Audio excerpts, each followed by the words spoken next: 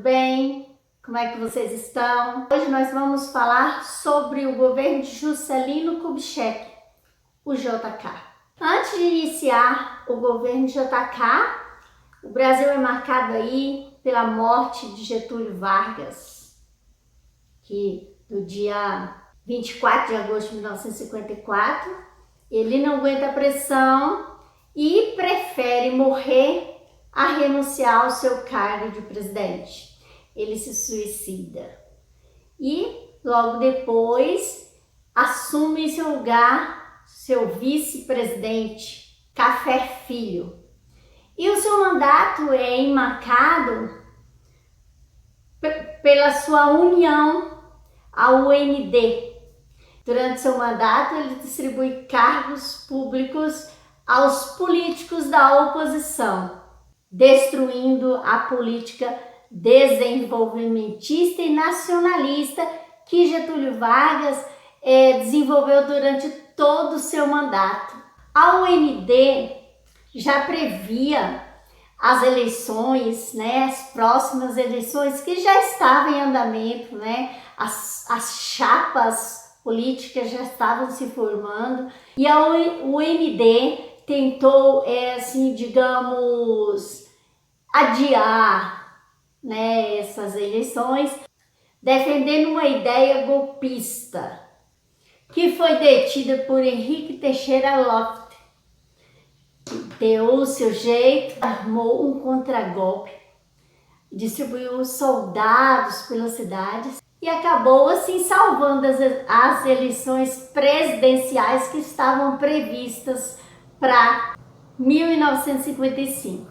E as chapas aí, os candidatos à presidência da República foram Juarez pela UND, Adhemar Barros pela PSP, Plínio Salgado pela PRP e Juscelino Kubitschek, o nosso JK, pela PSD/PTB. JK defendia uma política desenvolvimentista, ou seja, uma política que desenvolvesse a economia e promovesse a industrialização brasileira. Porque até então, tudo que o Brasil utilizava era vindo do exterior. Os carros vindo dos Estados Unidos, Europa, os fogão, geladeira vindo dos Estados Unidos. Aí JK pensa, por que não produzir tudo isso aqui no Brasil, promovendo empregos, criando impostos? Outra coisa que marcou aí foi o alegado 50 anos em 5 anos. Pessoal, naquela época, o presidente ficava no poder 5 anos. Então, o que queria dizer? JK queria desenvolver o Brasil durante 5 anos. Que as pessoas imaginassem assim, foi feito em 5 anos, que não seria feito em 50 anos. O plano econômico assim pregado, defendido por JK, seria o plano de meta, de 30 metas para o Brasil. Que seria, por exemplo, desenvolvimento da indústria, desenvolvimento do comércio e desenvolvimento agrícola. Ele dizia que iria desenvolver uma tecnologia que o Brasil nunca teria visto até então, dando prioridade nesse plano de meta à energia, o transporte e a alimentação. Falando mais um pouco sobre o desenvolvimento, JK que constrói o ABC Paulista. Lembrei Santo André, São Bernardo, São Caetano, que hoje também temos no grupo aí Diadema. Falando um pouco sobre a industrialização brasileira, tivemos a fábrica de carro no Brasil, que, como eu havia dito para vocês, se queria comprar um carro tinha que ser importado e isso era muito caro.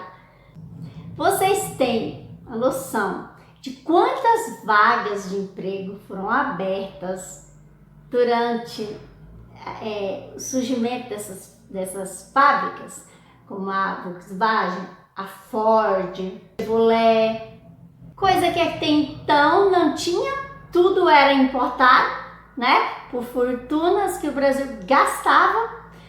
É outra coisa, a gente não tinha fábrica de carro. E hoje nós não temos também, tá, pessoal? Hoje nós temos montadoras. Vem tudo lá prontinho de lá de fora e aí chega aqui no Brasil, monta-se. Então, as vagas de emprego agora foram transferidas para os robôs.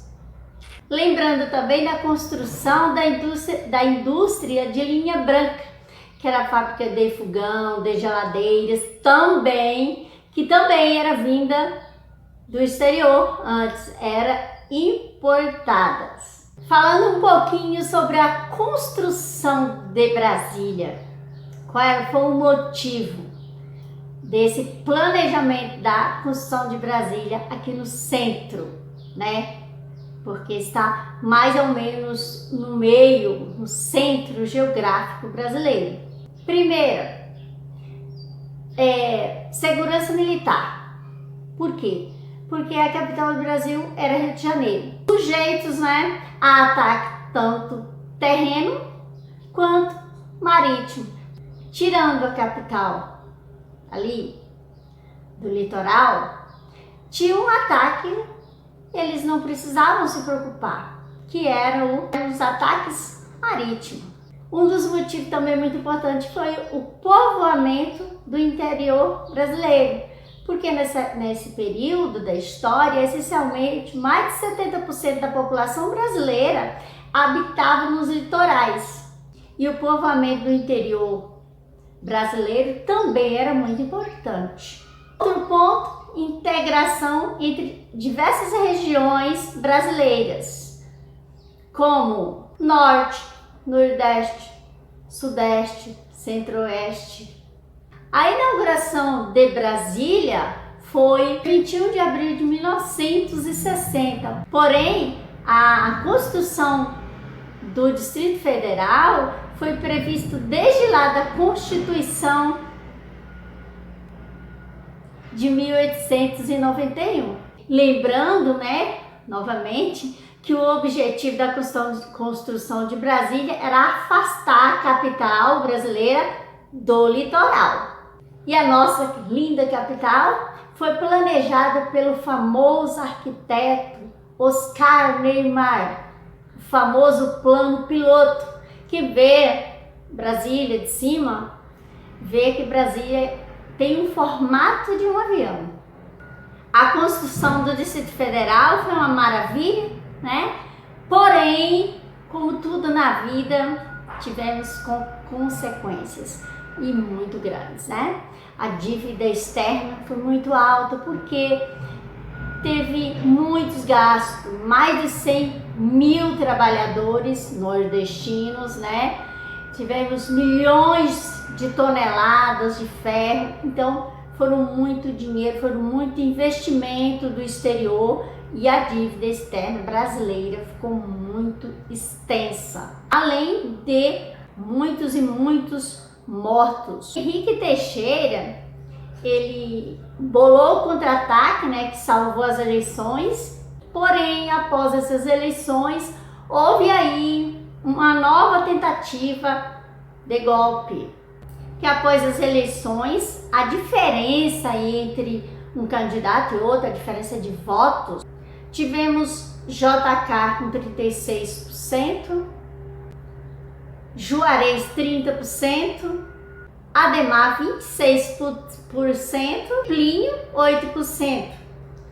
Então a UND tenta novamente um ataque, ou seja, quer aí desfazer as eleições, cancelar as eleições, dizendo que a eleição foi irregular, porque não houve a maioria absoluta dos votos, que seria 51%. Mas a lei brasileira mostrava que não seria necessário a maioria absoluta dos votos, que seria 51%, mas sim bastava que fosse a maioria simples, ou seja, quem tivesse a maioria dos votos levava a presidência. Então, como a gente sabe, JK se torna o novo presidente. E na disputa para a vice-presidência, vence João Goulart com 44% dos votos. Lembrando que nesse período da história, diferente de hoje a gente vota para presidente, junto automaticamente estará votando para o vice-presidente. Nesse período da história, não. Tinha duas chapas, uma para o presidente e uma para o vice-presidente, ok? Então, por hoje é só, fico por aqui. Eu espero que vocês entenderam